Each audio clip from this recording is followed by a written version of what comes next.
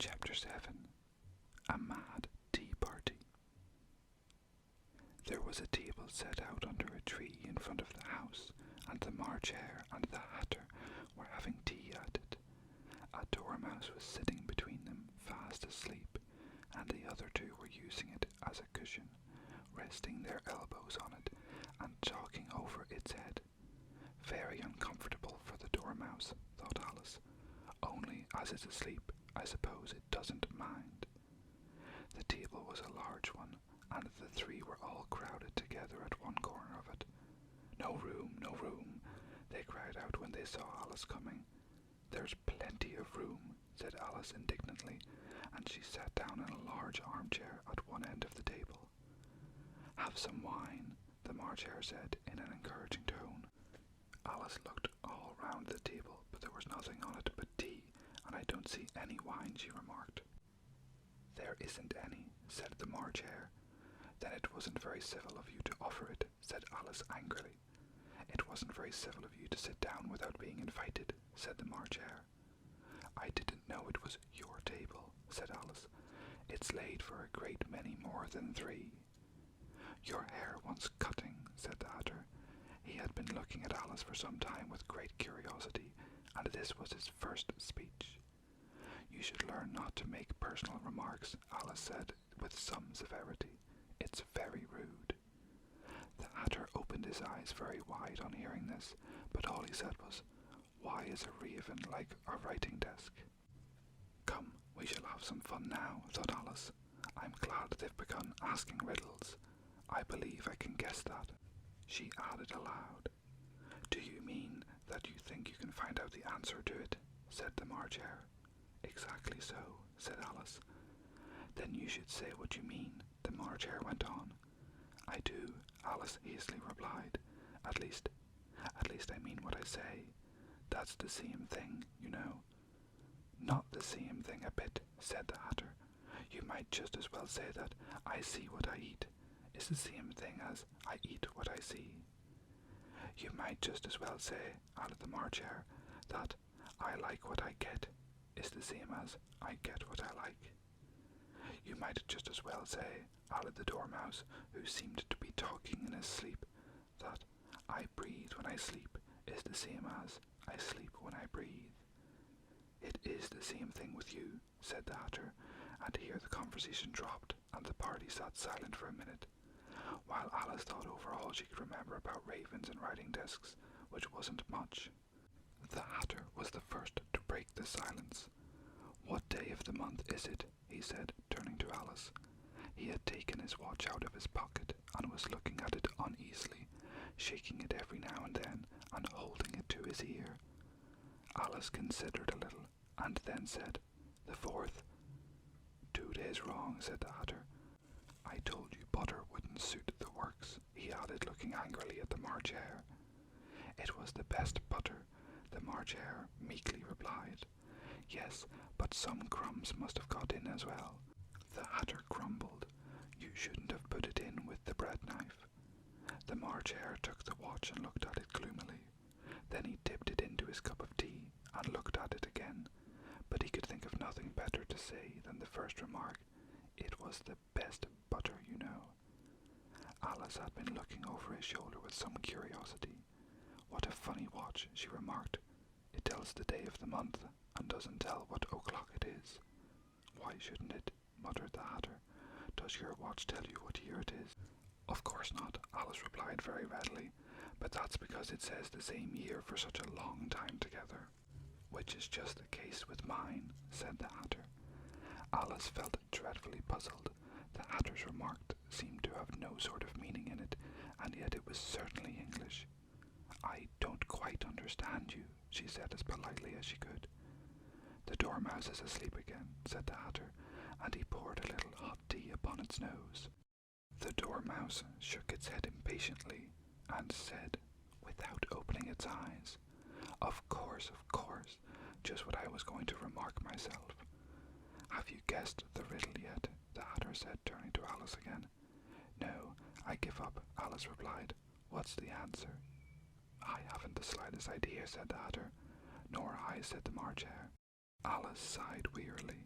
I think you might do something better with the time, she said, than waste it in making riddles that have no answers. If you knew time as well as I do, said the Hatter, you wouldn't talk about wasting it. It's him. I don't know what you mean, said Alice. Of course you don't, the Hatter said, tossing his head contemptuously. I dare say you've never even spoke to time. Perhaps not, Alice cautiously replied, but I know I have to beat time when I learn music. Ah, that accounts for it, said the Hatter. He won't stand beating. Now, if you only kept on good terms with him, he'd do almost anything you liked with the clock. For instance, suppose it were 9 o'clock in the morning, just time to begin lessons. You'd only have to whisper a hint to time, and round goes the clock in a twinkling. 1:30, time for dinner. I only wish it was, the March Hare said to himself in a whisper. That would be grand, certainly, said Alice thoughtfully, but then I shouldn't be hungry for it, you know. Not at first, perhaps, said the Hatter, but you could keep it to 1:30 as long as you liked. Is that the way you manage? Alice asked. The Hatter shook his head mournfully. Not I, he replied. We quarrelled last March, just before he went mad, you know, pointing with his teaspoon at the March Hare. It was at the great concert given by the Queen of Hearts, and I had to sing, Twinkle, twinkle, little bat, how I wonder what you're at. You know the song, perhaps? I've heard nothing like it, said Alice. It goes on, you know, the Hatter continued, in this way. Up above the world you fly, like a tea tray in the sky. Twinkle, twinkle. Here the Dormouse shook itself and began singing in its sleep. Twinkle, twinkle, twinkle, twinkle, and went on so long that they had to pinch it to make it stop. Well, I'd hardly finished the first verse, said the Hatter, when the Queen jumped up and bawled out, He's murdering the time. Off with his head. How dreadfully savage, exclaimed Alice. And ever since that, the Hatter went on in a mournful tone. He won't do a thing I ask. It's always 6 o'clock now. A bright idea came into Alice's head. Is that the reason so many tea things are put out here? She asked. Yes, that's it, said the Hatter with a sigh. It's always tea time, and we've no time to wash the things between whiles. Then you keep moving round, I suppose, said Alice. Exactly so, said the Hatter, as the things get used up. But what happens when you come to the beginning again? Alice ventured to ask. Suppose we change the subject. The March Hare interrupted, yawning. I'm getting tired of this. I vote the young lady tells us a story. I am afraid I don't know one, said Alice, rather alarmed at the proposal. Then the Dormouse shall, they both cried. Wake up, Dormouse, and they pinched it on both sides at once. The Dormouse slowly opened his eyes. I wasn't asleep, he said in a hoarse, feeble voice. I heard every word you fellows were saying. Tell us a story, said the March Hare. Yes, please do, pleaded Alice. And be quick about it, added the Hatter, or you'll be asleep again before it's done. Once upon a time there were 3 little sisters. The Dormouse began in a great hurry, and their names were Elsie, Lacie, and Tilly, and they lived at the bottom of a well. What did they live on? Said Alice, who always took a great interest in questions of eating and drinking. They lived on treacle, said the Dormouse, after thinking a minute or two. They couldn't have done that, you know, Alice gently remarked. They'd have been ill. So they were, said the Dormouse, very ill. Alice tried to fancy to herself what such an extraordinary ways of living would be like, but it puzzled her too much, so she went on. But why did they live at the bottom of a well? Take some more tea, the March Hare said to Alice, very earnestly. I've had nothing yet, Alice replied in an offended tone, so I can't take more. You mean you can't take less, said the Hatter. It's very easy to take more than nothing. Nobody asked your opinion, said Alice. Who's making personal remarks now? The Hatter asked triumphantly. Alice did not quite know what to say to this, so she helped herself to tea and bread and butter, and turned to the Dormouse and repeated her question. Why did they live at the bottom of a well? The Dormouse again took a minute or two to think about it, and then said, "It was a treacle well." "There's no such thing," Alice said, beginning very angrily, but the Hatter and the March Hare went, "Shh, shh," and the Dormouse sulkily remarked, "If you can't be civil, you'd better finish the story for yourself." "No, please go on," Alice said very humbly. "I won't interrupt again. I dare say there may be one." "One indeed," said the Dormouse indignantly. However, he consented to go on, and so these three little sisters, they were learning to draw, you know. "What did they draw?" said Alice, quite forgetting her promise.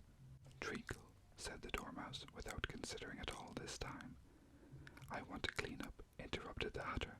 "Let's all move one place on." He moved on as he spoke, and the Dormouse followed him. The March Hare moved into the Dormouse's place, and Alice rather unwillingly took the place of the March Hare. The Hatter was the only one who got any advantage from this change, and Alice was a good deal worse off than before, as the March Hare had just upset the milk jug into its plate. Alice did not wish to offend the Dormouse again, so she began very cautiously. "But I don't understand. Where did they draw the treacle from?" "You can draw water out of a water well," said the Hatter. "So I should think you could draw treacle out of a treacle well, eh, stupid?" "But they were in the well," Alice said to the Dormouse, not choosing to notice this last remark. "Of course they were," said the Dormouse. "Well, in." The answer so confused poor Alice that she let the Dormouse go on for some time without interrupting it. "They were learning to draw," the Dormouse went on, yawning and rubbing its eyes, for it was getting very sleepy. "And they drew all manner of things, everything that begins with an M." "Why with an M?" said Alice. "Why not?" said the March Hare. Alice was silent. The Dormouse had closed its eyes by the time, and was going off into a doze. But, on being pinched by the Hatter, it woke up again with a little shriek, and went on. "That begins with an M, such as mousetraps, and the moon, and memory, and muchness. You know, you say things are much of a darkness. Did you ever see such a thing as a drawing of a muchness?" "Really now, you ask me," said Alice, very much confused. "I don't think." "Then you shouldn't talk," said the Hatter. This piece of rudeness was more than Alice could bear. She got up in great disgust and walked off. The Dormouse fell asleep instantly, and neither of the others took the least notice of her going, though she looked back once or twice, half hoping that they would call after her. The last time she saw them, they were trying to put the Dormouse into the teapot. "At any rate, I'll never go there again," said Alice as she picked her way through the wood. "It's the stupidest tea party I ever was at in all my life." Just as she said this, she noticed that one of the trees had a door leading right into it. "That's very curious," she thought, "but everything's curious today. I think I may as well go in at once." And she went in. Once more she found herself in a long hall, and close to the little glass table. "Now, I'll manage better this time," she said to herself, and began by taking the little golden key and unlocking the door that led into the garden. Then she went to work nibbling at the mushroom. She had kept a piece of it in her pocket, till she was about a foot high. Then she walked down the little passage, and then she found herself at last in the beautiful garden, along with the bright flower beds